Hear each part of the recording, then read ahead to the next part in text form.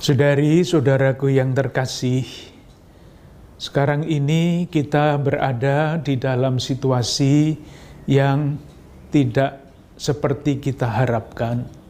Kita tidak pernah berpikir bahwa tiba-tiba wabah virus corona 19 merebak begitu cepat, bukan hanya di Indonesia tetapi di seluruh dunia. Sesuatu yang tidak kita duga dan mengejutkan, dan tentu saja membuat kehidupan kita menjadi dalam arti tertentu tidak seperti biasanya, tidak normal. Sudah 3 bulan kita menjalani situasi seperti itu. Semua pihak berpikir, pemerintah berpikir, para ahli kesehatan berpikir, masyarakat berpikir, keluarga berpikir, semua berpikir, apakah kita akan berada terus di dalam situasi seperti ini? Dan jawabannya tentu jelas, tidak. Oleh karena itu, sejauh dapat saya tangkap, sekarang ini berbagai macam pihak berbicara mengenai keadaan normal yang baru. Artinya apa? Sejauh saya tangkap juga, bagaimana kita berusaha hidup di tengah-tengah situasi seperti ini dengan berusaha menjalani kehidupan kita di dalam wilayah kehidupan yang bermacam-macam itu sejauh mungkin normal. Nah, tentu saja karena keadaannya sendiri tidak biasa, yang namanya normal, yang baru, itu harus kita sesuaikan. Kita mesti menyesuaikan cara kita berpikir, cara kita berperilaku, dari hal yang besar sampai yang kecil, supaya di dalam situasi khususnya wabah virus corona 19 ini, hidup bisa berjalan lagi dengan baik, optimal, tidak mungkin maksimal, karena memang keadaan tidak memungkinkan. Oleh karena itu, wilayah-wilayah kehidupan manusia mesti menyesuaikan diri.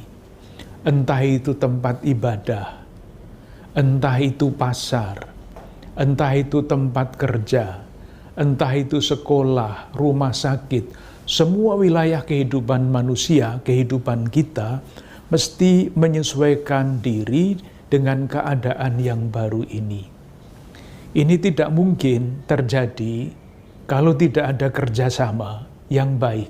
Satu, ini tidak mungkin terjadi kalau tidak ada disiplin untuk menjaga kehidupan bersama supaya tetap nyaman, supaya tetap aman untuk seluruh warga masyarakat.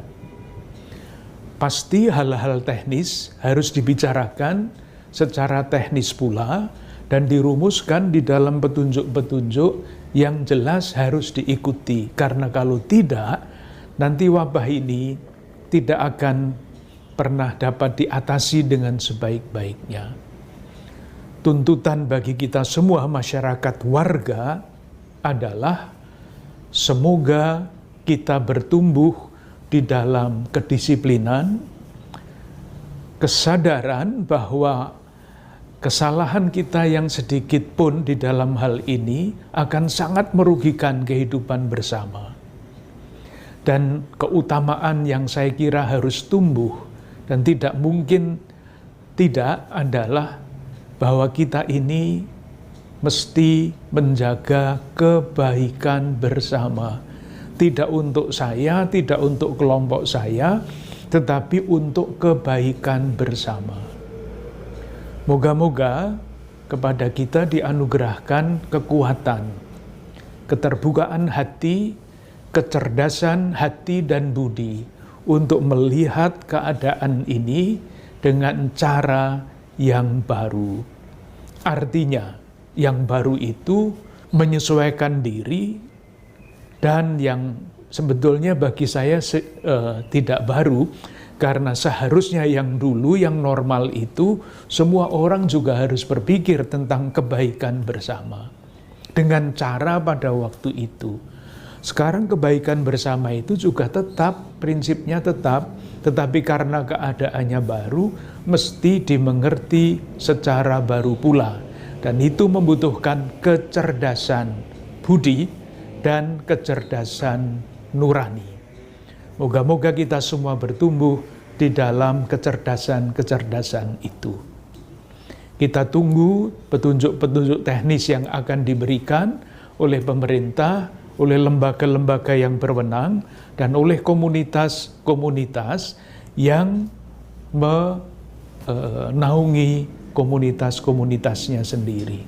Sementara itu, untuk kepentingan umat Katolik di gereja-gereja, kita semua tahu di Indonesia ini ada 37 keuskupan yang keadaannya sangat berbeda-beda. Yang bagus adalah bahwa masing-masing keuskupan sudah membentuk suatu tim untuk memikirkan bagaimana semua yang harus dilakukan itu dilakukan dengan baik. Keputusan dari masing-masing keuskupan itu berbeda-beda, tetapi semua mengacu kepada peraturan yang diberikan oleh pemerintah. Entah itu Departemen Agama, entah itu gugus tugas khusus untuk penanggulangan COVID ini.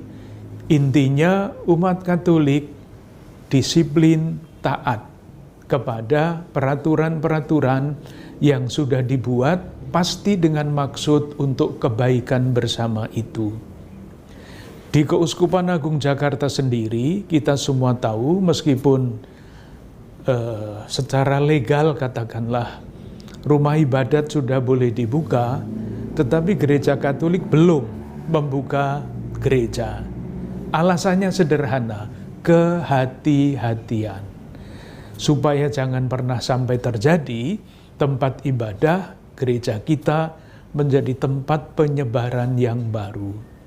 Sementara itu dari segi iman pun tidak ada kesulitan. Kita bisa beribadah seperti sekarang ini. Televisi sekurang-kurangnya menyiarkan 1 minggu 1 kali TVRI. Layanan live streaming online terus diberikan. Komuni batin itu bukan seolah-olah menerima Kristus, bukan. Seolah-olahnya sudah dicoret. Kita sungguh-sungguh menerima kehadiran Tuhan secara rohani. Banyak hal yang pelayanan-pelayanan yang memang belum bisa diberikan, tetapi kita percaya pelayanan fisik memang belum bisa diberikan, tetapi batin kita itu selalu ada di dekat Tuhan. Dan itulah yang paling penting. Kita terus berdoa, semoga wabah ini cepat dapat diatasi. Kita berdoa, semoga di tengah-tengah keadaan seperti ini, kita bertanya, Tuhan itu sebetulnya menghendaki apa dari kita?